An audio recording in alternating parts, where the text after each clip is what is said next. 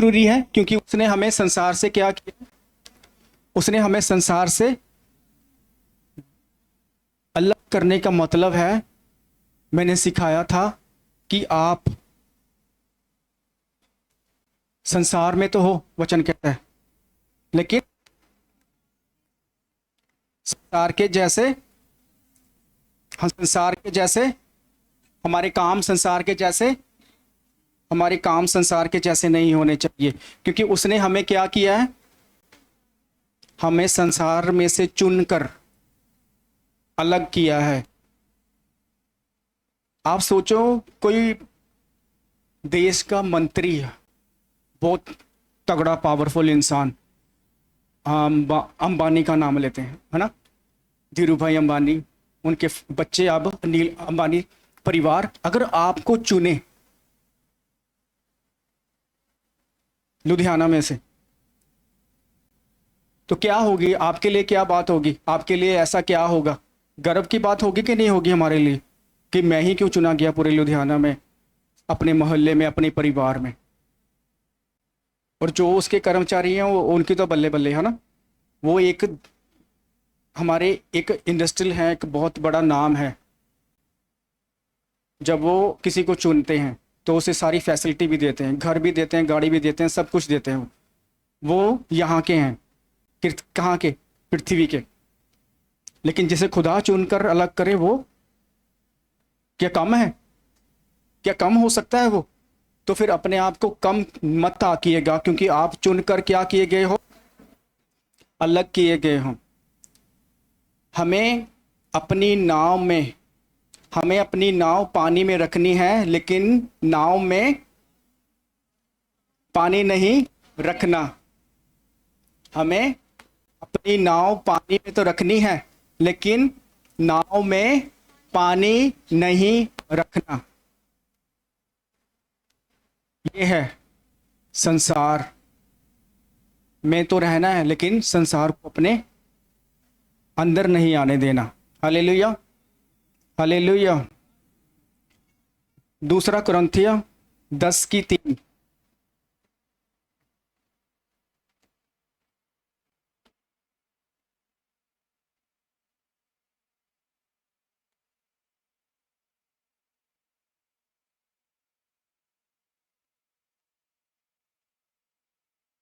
दूसरा कुरिन्थियों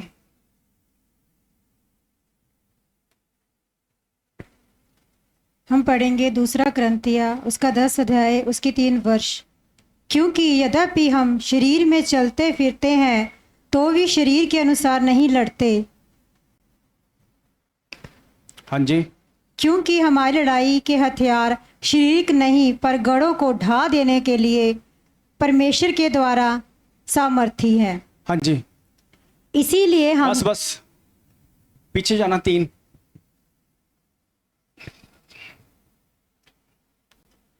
क्योंकि यद्यपि हम शरीर में चलते फिरते तो हैं, तो भी शरीर के अनुसार क्या नहीं करते, शरीर के अनुसार नहीं लड़ते। यहाँ पर पौलुस क्यों कलीसिया को बता रहा है कि हम शरीर के अनुसार चलते हैं, फिरते हैं, खाते हैं, पीते हैं, उठते हैं, बैठते हैं, लेकिन हम शरीर के अनुसार क्या नहीं कर रहे, लड़ते नहीं अपनी फाइट। अपनी क्या नहीं लड़ते, अपनी फाइट नहीं लड़ते। हालेलुया, अपनी लड़ाई नहीं लड़ते हम। कुछ ये माइक थोड़ा सा ना, हालेलुया, हालेलुया, हालेलुया। वो कहता है तुम शरीर के अनुसार तो हो, लेकिन शरीर के अनुसार क्या नहीं कर रहे, फाइट नहीं कर रहे, तुम लड़ाई नहीं कर रहे। क्योंकि सबसे बड़ी लड़ाई हमारी किससे है, हमारे खुद के शरीर से, जो हमें प्रार्थना नहीं करने दे रहा, प्रार्थना में जाने नहीं दे रहा, बाइबल नहीं पढ़ने दे रहा, आत्मिक युद्ध नहीं लड़ने दे रहा। हमें हर बार कमज़ोर करता चला जाता है हमारा शरीर। वो कहता है तुम शरीर के अनुसार चलते हो, खाते भी हो, पीते भी हो, सोते भी हो, आराम भी देते हो, ऐसे लेकिन तुम इसके अनुसार लड़ाई नहीं लड़ पा रहे जो लड़ाई तुम्हारे लिए रखी है। हालेलुया। पौलुस ही अपना शिष्य तीमुथियुस को बोलता है कि अपनी उन भविष्यवाणियों के बारे में अच्छी लड़ाई लड़, उन भविष्यवाणियों के प्रति एक अच्छी लड़ाई लड़, जो भविष्यवाणियां तेरे विषय में, जो भविष्यवाणियां पहला तीमुथियुस 1:8-18, वो लड़ाइयां जो तेरे विषय में, जो भविष्यवाणियां तेरे विषय में की गई हैं, उनके लिए एक अच्छी लड़ाई लड़, एक अच्छी कुश्ती लड़। वो किसी इंसान के साथ नहीं लड़ रहा, वो किसी इंसान के साथ नहीं लड़ रहा, वो खुद अपने लिए, अपनी भविष्यवाणियों के लिए लड़ रहा है, अपने आप से। हालेलुया। यदा भी हम शरीर में चलते हैं तो हम देखते हैं कि जैसे हम शरीर में जा रहे हैं, हम इस जगत में हैं, ठीक है। अगर कुछ आपने देखे होंगे लोग, या कई कई बार आप देखते हो कि कुछ वायरस फैल रहा है, किसी को है कुछ प्रॉब्लम है, छींक है, किसी को खांसी है, किसी को कोई ऐसी है जो तब उसकी कीटाणु, जिसे हम क्या बोलते हैं इंग्लिश में, जर्म्स हैं, उसके अंदर कीटाणु हैं। अगर वो अब हम उनके संपर्क में आएंगे तो वो हमें भी हो जाएंगे। कुछ लोग ऐसे ही हमेशा हमेशा डरते रहते हैं कि हमें भी क्या हो जाएंगे, वो हो जाएंगे। लेकिन जिसको वो है, जिसको वो तकलीफ़ें हैं, अगर वो थोड़ा सा अपने शरीर के लिए अच्छा डाइट ले, अपने शरीर की सही तरीके से सफाई रखे, वो खाना खाए जो डॉक्टर ने कहा है, जो पौष्टिक है, प्रोटीन से भरा हुआ है, अच्छा है, वो खाना खाए, और कुछ चीज़ों का वो शरीर के, अपने शरीर रूप में परहेज करे। क्या करे? वो कुछ चीज़ों का परहेज करे तो वो क्या हो जाएगा? चंगा हो जाएगा, स्वस्थ हो जाएगा। चाहे उसको कोई भी दिक्कत है शारीरिक, कोई भी मौसम के अकॉर्डिंग, देखा ना आपने कई बार किसी की हालत, उसको छींकें लग जाती हैं, खांसी लग जाती है, या उसका सिर दर्द करने लग जाता है, एवरीथिंग कुछ बच जाएगा, उस चीज़ से हमेशा के लिए बचा रहेगा, कुछ एंटीबायोटिक लेगा जब। हालेलुया। ये क्या है? उसने शरीर में क्या पाली? चंगाई पाली। वो शरीर में क्या हो गया? चंगा हो गया। इसी तरह क्या है? आत्मिक लड़ाइयां हैं हमारी।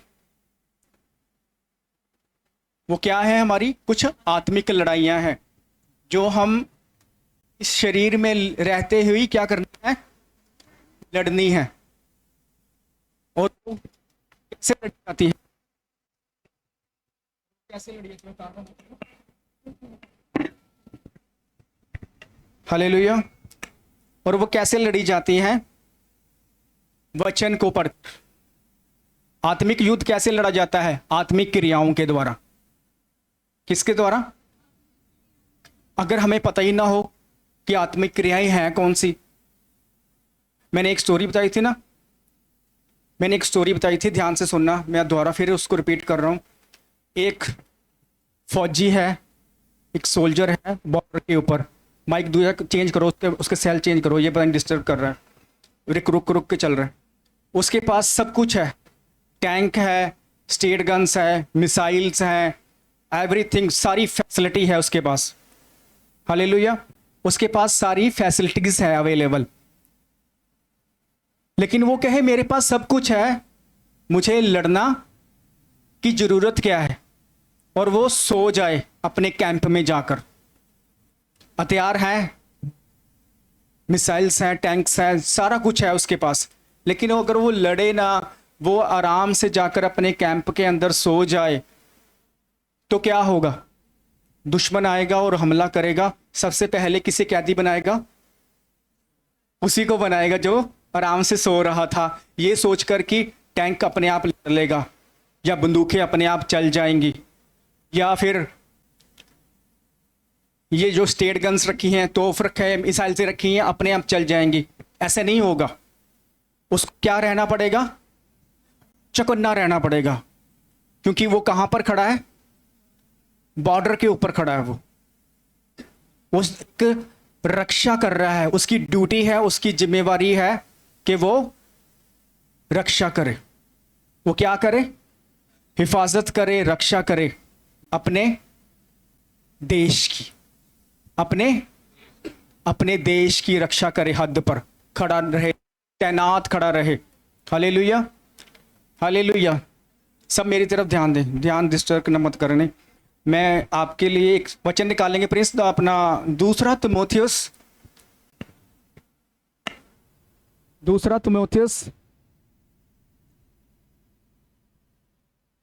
उसकी 2 उसकी 4।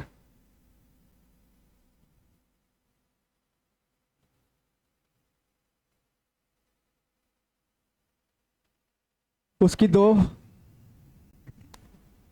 जब की कोई 4। योद्धा लड़ाई पर जाता है तो इसीलिए कि अपनी भर्ती करवाने को प्रसन्न करे, वाले को प्रसन्न करे, अपने आप को संसार के कामों में नहीं फंसाता। हालेलुया।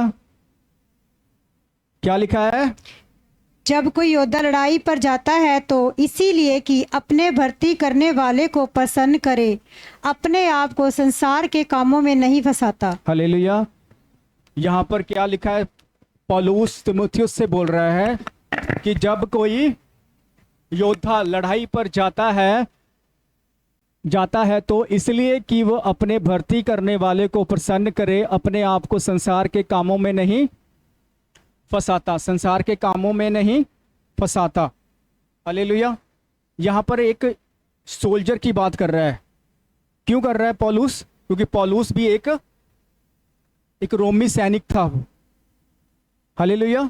एक सोल्जर था, उसे पता है कि एक सोल्जर की लाइफ कैसी होती है, एक सोल्जर की लाइफ कैसी होती है। उसे कभी भी बुलावा आ सकता है, उसकी ड्यूटी 9 से 5 नहीं होती, उसकी ड्यूटी 9 से 5 नहीं होती, उसकी ड्यूटी 24 आवर होती है। वो अलर्ट रहता है। कौन? एक फौजी, एक योद्धा। तो वो कह रहा है कि जब एक योद्धा लड़ाई के लिए जाता है या अपने भर्ती करने वाले को प्रसन्न करे, वो कहता है कि जिसने उसे प्रसन्न किया, उसको भर्ती किया है कमांडर ने उसे भर्ती किया है फौजी को, तो वो कहता है कि उसे प्रसन्न करने के लिए सारे कार्य करे।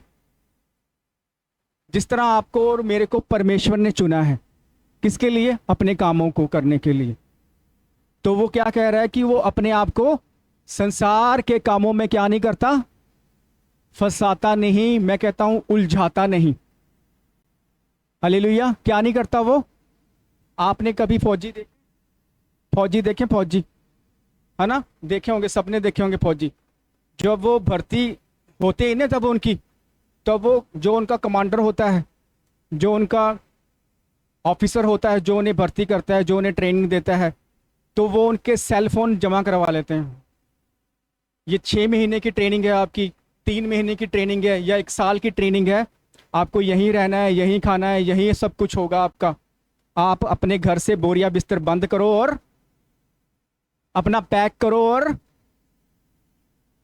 ट्रेनिंग सेंटर में आ जाओ। प्रभु यीशु मसीह कहता है, जो कोई मेरे पीछे आना चाहे वो अपनी मम्मा डाडा को बाय बाय कर दे,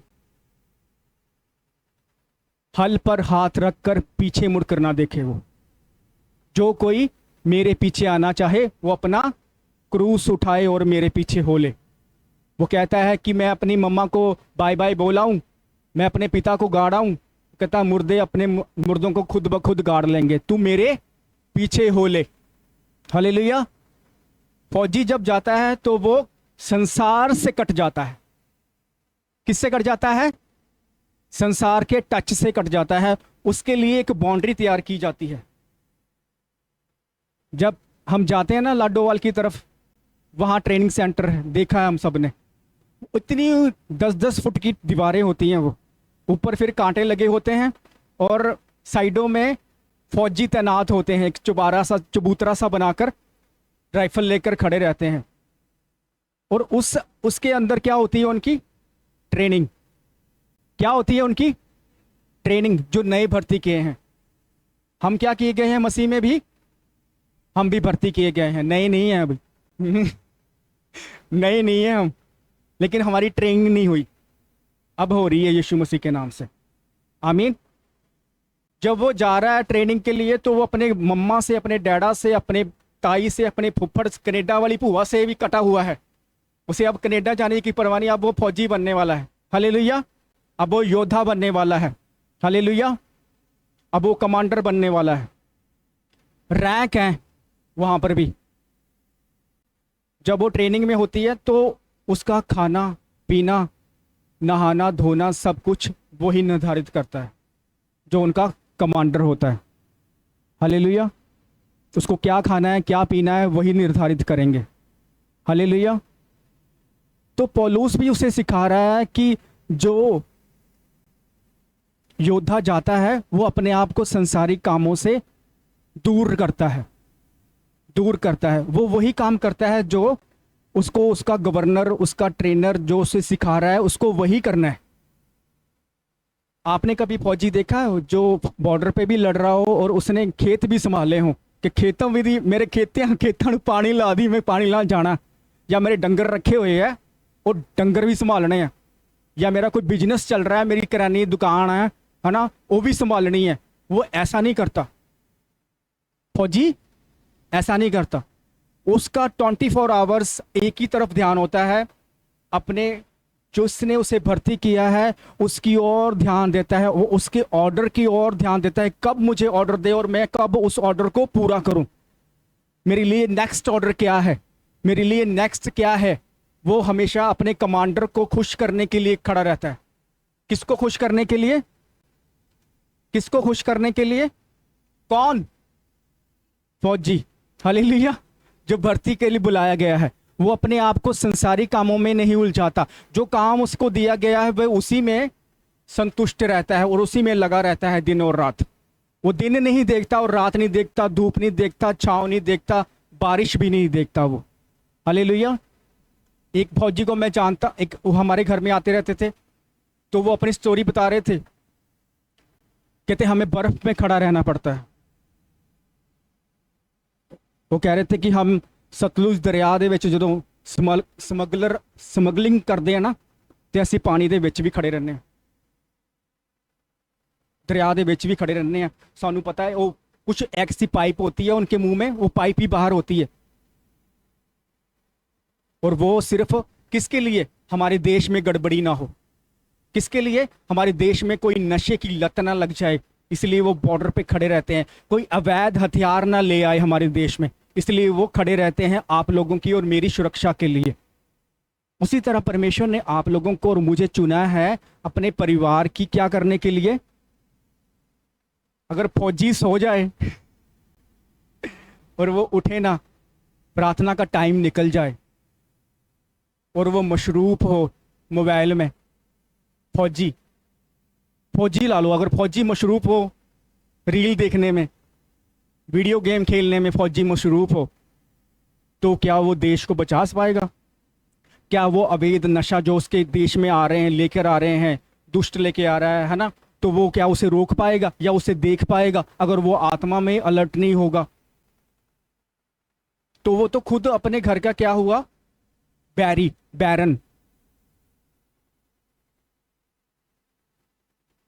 यस। इसीलिए उसे क्या रहना है?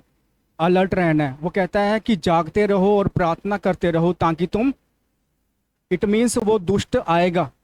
आपने कभी देखा है, दुष्ट की एग्जांपल लेता हूं मैं, आपने कभी देखा है किसी घर में कोई सांप घुस गया और बड़े ललकारी मार के घुसाओ, मैं आ रहे हैं जी, वो चुप करके आएगा, किसी को पता नहीं लगने देगा।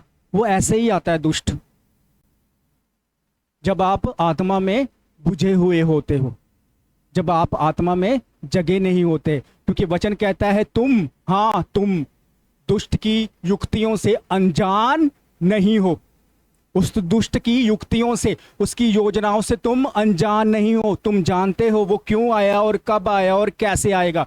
वो मारने आया, घात करने आया और नष्ट करने आया। हालेलुया। वो आएगा, जब भी आएगा वो क्या करने आएगा? नुकसान करने आएगा आपका। आपको नष्ट करने आएगा, घात करने आएगा और आपको खत्म करने के लिए आएगा। हम उसकी युक्तियों से क्या नहीं है,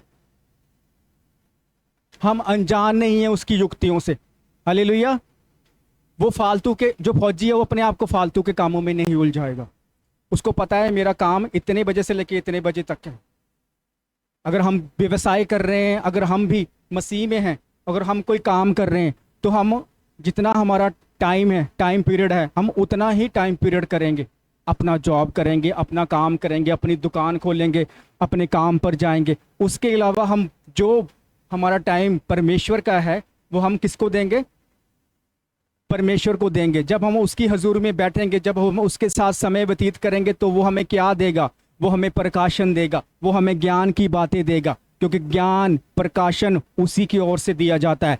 परमेश्वर का आत्मा जो बुद्धि का आत्मा है, परमेश्वर का आत्मा जो प्रकाशन का आत्मा है, परमेश्वर का आत्मा जो आने वाली बातों को भी आपको बताता है, वो परमेश्वर का आत्मा है जब आप उसकी हजूरी में बैठते हो।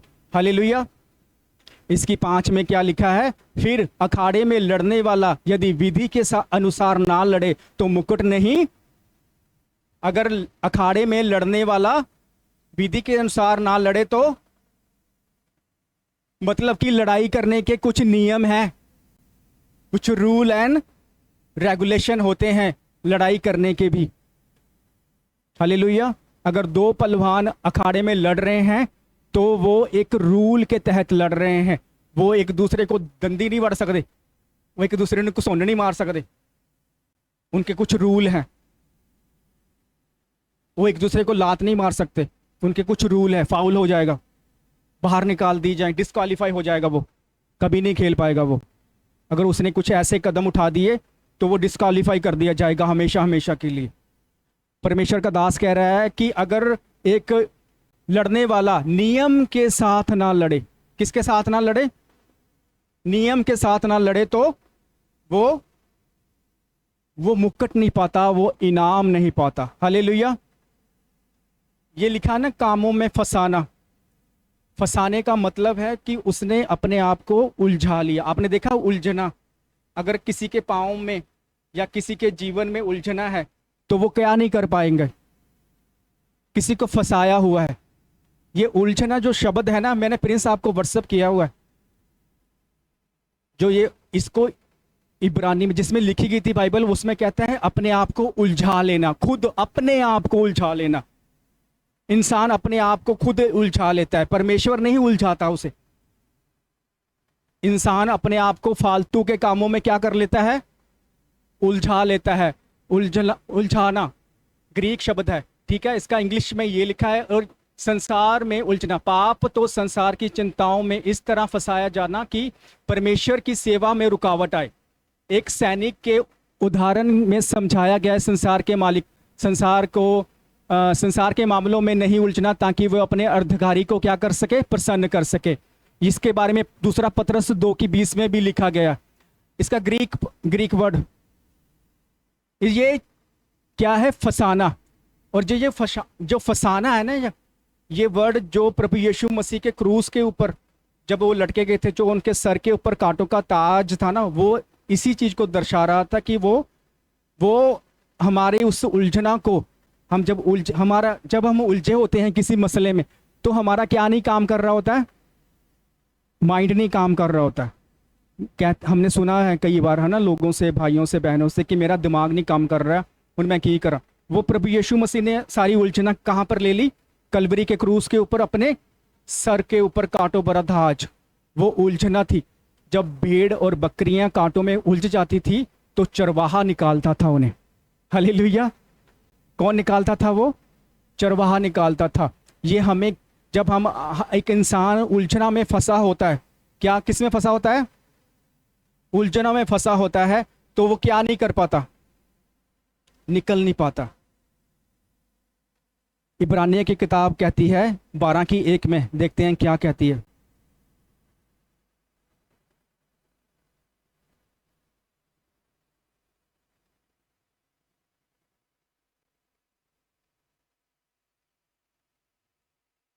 इब्रानियों की किताब 12:1, पेज नंबर 314।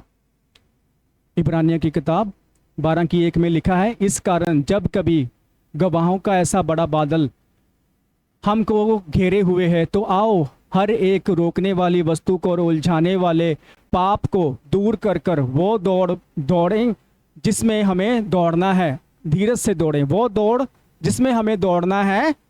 कैसे दौड़ें? धीरज से दौड़ें। हालेलुया। और पहला कुरिन्थिया 9:24 में, पहला कुरिन्थिया 9:24, क्या तुम नहीं जानते कि दौड़ में तो दौड़ते सब हैं, परंतु इनाम एक ही ले जाता है। तुम ही वैसे ही दौड़ो के जीतो। तुम भी वैसे दौड़ो के जिसके पांव बांध रखे हैं वो उलझनों में है, बंधा हुआ है, क्या वो दौड़ पाएगा? क्या वो अपनी दौड़ पाएगा? तो फिर पहले क्या करना पड़ेगा? उलझनों से उसे निकलना पड़ेगा। पहले कैसे उसको निकलना पड़ेगा उलझनों से? फिर वो क्या कर पाएगा? प्रभु यीशु परमेश्वर का वचन अभी कह रहा था कि वो अपने आप को किस में ना फंसाए? संसार के कामों में ना फंसाए अपने आप को, क्योंकि ये व्यर्थ के काम है जो हमें अपनी ओर खींचते हैं और हमारा कीमती और बहुमूल्य समय क्या कर देते हैं? बर्बाद कर देते हैं। वो संसार के काम कोई भी हो सकते हैं जिसमें आप फंसे हुए हो। वो आपका फ़ोन हो सकता है, आपका टीवी हो सकता है, आपका व्यर्थ का सोना हो सकता है, आपका व्यर्थ का बैठना भी हो सकता है मंडली में, कुछ भी हो सकता है, क्योंकि आप बेहतर जानते हो अपनी कमजोरियों को। वो क्या कहें? आपका व्यर्थ का टाइम है, वो आपको व्यर्थ में फंसा रहा है। आपका व्यर्थ में आपके बच्चे के साथ खेलना भी हो सकता है।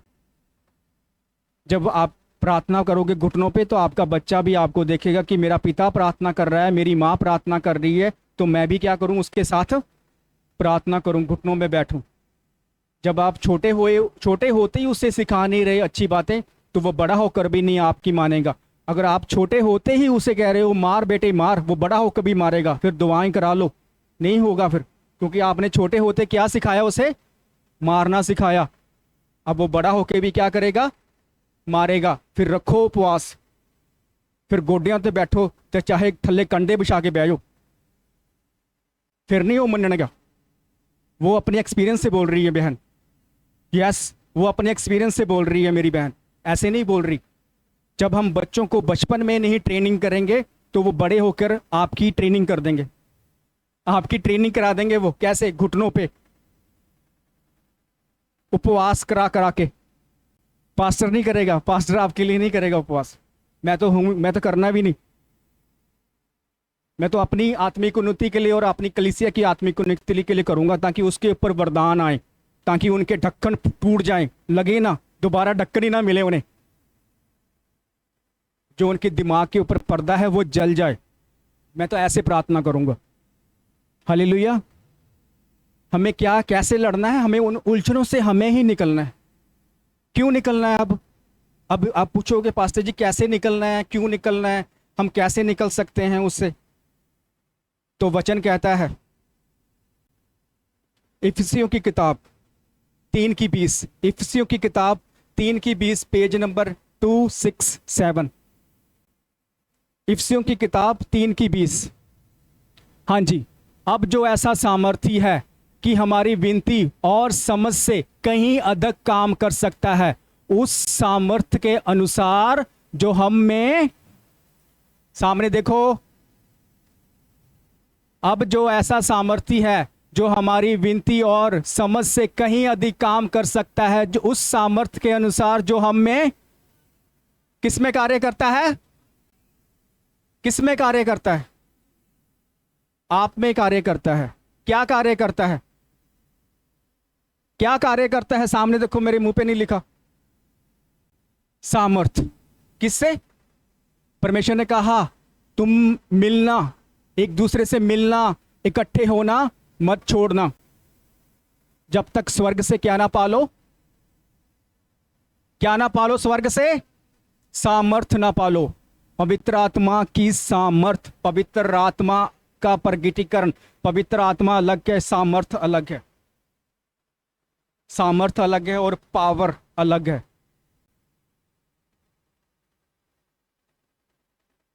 ये वचन पढ़ रहा, सभी पढ़ रहे हैं अभी जोर से, थोड़ा सा लवली पढ़े माइक पे, आप भी, आप सब भी पढ़िए। मैं 3 गिनूंगा, ए 3 गिनूंगा मैं। रेडी? 1 2 3।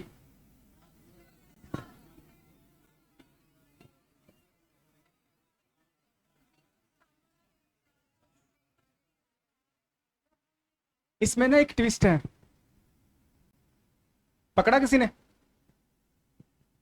अब जो ऐसा सामर्थी है जी। कि हमारी विनती और समझ हाँ। से कहीं अधिक काम कर सकता है, उस सामर्थ के अनुसार जो हम में कार्य करता है। हाँ जी। कलीसिया में और मसीह यीशु में उसकी महिमा पीढ़ी से पीढ़ी तक युगायुग होती रहे। हाँ जी, आमीन। पीछे जाना, उसी वचन में कुछ ऐसा है, किसी ने पकड़ा? अब सुनिए,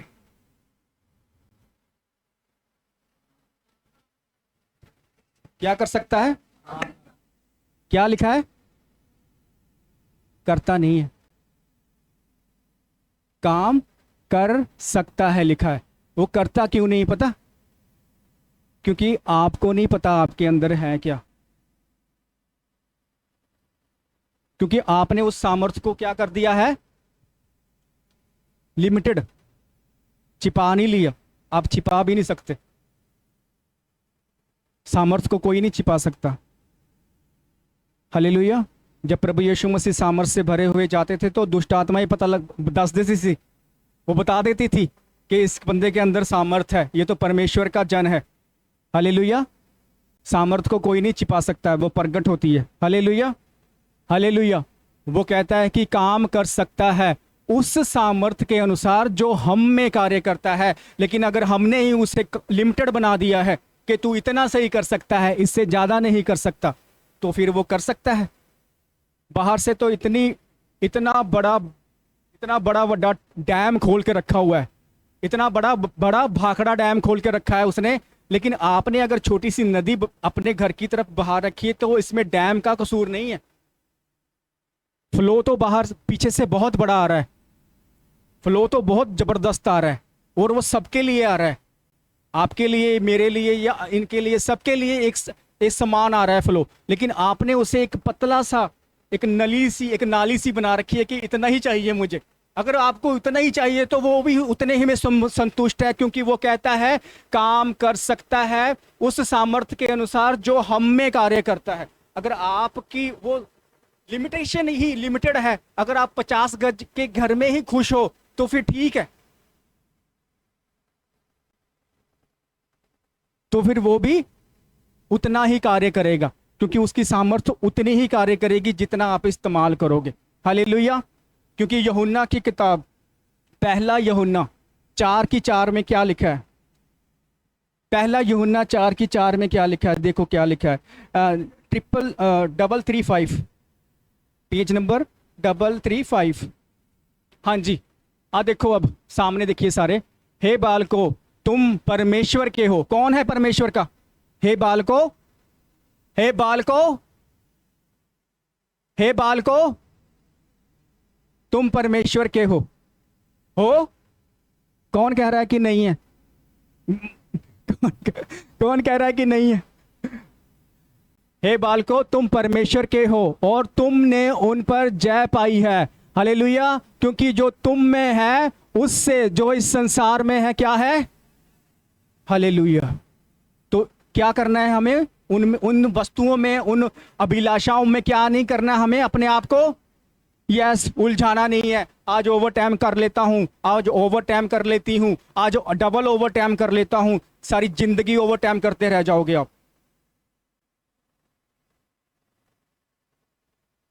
और जो बिना ओवर टाइम करे हुए कमा लेना ना, वो आप छोड़ दोगे। आप ओवर टाइम कर करके नहीं कमा पाओगे जो उसने बिना ओवर टाइम, उसको ओवर टाइम दे दो अपना। तो वो क्या कहता है? मसीह में की गई मेहनत कभी, संसार में मेहनत कर, मैं भी करता था, मेरी पैसे मार लेते थे, फिर मैं रोता था कि यार मेरे पैसे क्यों मार लिए, मैंने तो अच्छी तरह मेहनत की, धूप में गया। तो वो मुझे कभी कभी कोई ऐसे होते थे, है ना, होते हैं आज भी, जो पैसे नहीं देते, वहां पर नहीं देंगे, लेकिन खुदा में की गई मेहनत कभी भी, वो कहता है खुदा में की गई मेहनत कभी व्यर्थ नहीं जाएगी। अगर आपने अपने सुबह 9 से लेके अपना 5 बजे तक अपना काम किया है, अगर उसके बाद आप खुदा को 2.5 घंटे दे के तो देखो, जिंदगी ना बदल दे वो आपकी, वो आपको ऐसे करने वाला ना बना दे, तो जैसे उसके वचन में लिखा है। हालेलुया। पर हम क्या नहीं करते, मसीह में मेहनत नहीं करते, संसार में बड़ी मेहनत कर देते हैं हम, हड्डियां तोड़ देते हैं, हड्ड तोड़ मेहनत करते हैं हम। सही है ना? वो कहता है हड्ड तोड़ मेहनत करते हैं हम, लेकिन हम परमेश्वर में हड्ड तोड़ मेहनत करें तो हम दूसरों की हड्डियां जोड़ने वाले बन जाएं। हालेलुया। हम दूसरों की खुशियां, दूसरों के घरों में खुशियां बांटने वाले हो जाएं, दूसरों की मुस्कुराहट के कारण बन जाएं हम। अगर हम खुदा की हजूरी में बैठकर थोड़ी देर रो रो कर घुटनों पर दुआएं करें, तो वो आपकी दुआओं, आपके आंसुओं को भी क्या करेगा, वो कुप्पियों में रख लेगा, वो मोती बनाकर वापस करेगा आपको। ऐसा हमारा परमेश्वर है। वो हमारे आंसुओं का भी क्या देता है, हमें प्रतिफल देता है जो हमने मसीह में बहाए हैं। हालेलुया। तो फिर हम कहाँ घूम रहे हैं? उस फौजी की तरफ देखो जो बॉर्डर पर तैनात रहता है, ना धूप देखता है, ना बारिश देखता है, ना गड़े देखता है। हमें थोड़ी सी बारिश क्या आ जाए, आज चर्च मिस कर देते हैं, हम ऑनलाइन देख लेंगे। ऑनलाइन बरकत नहीं मिलेगी। ऑनलाइन आप चर्च में जाके वो सेवा जो अपने हाथों से करते हो, अपनी बॉडी से करते हो ना, वो नहीं कर पाओगे। और जब संगति में होते हो ना, जब हम संगति में होते हैं ना भाई बहन, तभी पता लगता है हमारी टोन का। जब हमें कोई काम दिया जाता है ना, तब हमारी टोन निकलती है, अलग अलग टोन, गिटार की, कभी तबले की टोन, कभी ढोलक की, कभी ढोल की टोन, अलग अलग टोनें निकलती हैं फिर जब हम संगति में कार्य करते हैं। इसलिए तो प्रभु ने कहा संगति में रहो, ताकि हम जान पाएं कि हमारे अंदर है क्या, क्योंकि जो हमारे अंदर है वही क्या आएगा, बाहर आएगा। और उसे पूरी तरह से बाहर निकाल दो, उसे पकड़ो, क्योंकि जो तुम में कार्य करता है वो क्या है, वो ऐसा सामर्थ्य है जिसने संसार के ऊपर क्या पाई है, जय पाई है। तो हम क्या जय नहीं पा सकते? जब उसने बोला हे बालको, मैंने उस पर क्या पाई है, जय पाई है। हे बालको, मैंने उस पर जय पाई है, क्योंकि वो बड़ा है। वो हमें क्या बोल रहा है, हमें अपने बच्चे समझ के बोल रहा है, बालको डरो मत, घबराओ मत, मैंने जय पाई है। क्योंकि जो हमारे अंदर है वो सामर्थ्य है जो इस संसार में उससे कई गुना बड़ा, हजारों गुना बना। और वो उसकी लिमिटेशन नहीं है, वो इतना बड़ा है। उसे लिमिटेड मत बनाओ, उसे अनलिमिटेड बनाओ। उसको बोलो कि मेरे अंदर जो सामर्थ्य है, जो कार्य करती है, उसकी लिमिट नहीं है, वो अनलिमिटेड है। मेरे अंदर जो पावर है वो अनलिमिटेड पावर है। Hallelujah, hallelujah. लेकिन अगर युद्ध करने वाला विधि के साथ ना लड़े, अनुशासन के साथ ना लड़े, और रूल और रेगुलेशन के साथ ना लड़े, तो वो क्या करेगा, वो मुकुट नहीं पाएगा, वो ताज नहीं पाएगा। अभी विधि के साथ कैसे लड़ना है हम नेक्स्ट सीखेंगे। कैसे सीखेंगे? नेक्स्ट सीखेंगे। हालेलुया। अगली बार सीखेंगे। और उसका मैं थोड़ा सा हिंट आपको दे देता हूं। इफिसियों की किताब 6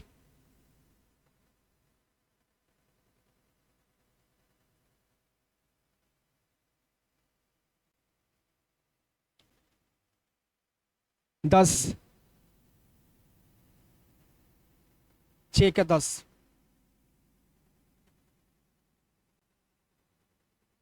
लवलीन आप पढ़िए 10 से 17 तक। इसके बारे में हम नेक्स्ट मनन करेंगे। खुदा हमें देगा भेद, हम बातें करेंगे परमेश्वर के वचन से। हाँ, होमवर्क भी है, जो आपको सिखाया गया वो सारा आपको करके आना है।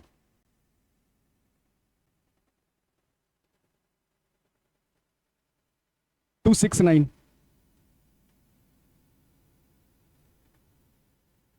इसलिए प्रभु में और उसकी शक्ति के प्रभाव में बलवंत बनो। सामने देखिए सभी। इसलिए प्रभु में और उसकी शक्ति के प्रभाव में क्या बनो? उसकी शक्ति में जो हमारे अंदर कार्य करती है। आगे 11, परमेश्वर के सारे कि तुम शैतान की युक्तियों के सामने क्या रखो। हाँ, आगे हम बाद में पढ़ेंगे, ये 17 तक है, ठीक है। नेक्स्ट जब हम सीखेंगे इसके लिए कि लड़ाई करने के क्या है, रूल एंड रेगुलेशन है। योद्धा अगर लड़ने के लिए बॉर्डर पे गया है, पुराने समय में योद्धा जाते थे लड़ने के लिए, लड़ाइयाँ होती थी तलवारों से, वो पूरा यूनिफॉर्म डाल के जाता था, वो सर पे उसके टोप भी होता था, झिलम भी होती थी, पाँव में शू भी होते थे, सारा कुछ होता था। इसके आगे हम पढ़ेंगे ना तो वो सारा कुछ लिखा है, लेकिन उसकी व्याख्या, उसके भेद क्या है, वो खुदा जाहिर करेगा, खुदा का आत्मा जाहिर करेगा हम पर। Hallelujah, hallelujah. तो हमें क्या नहीं करना, अपने आप को उलझाना नहीं है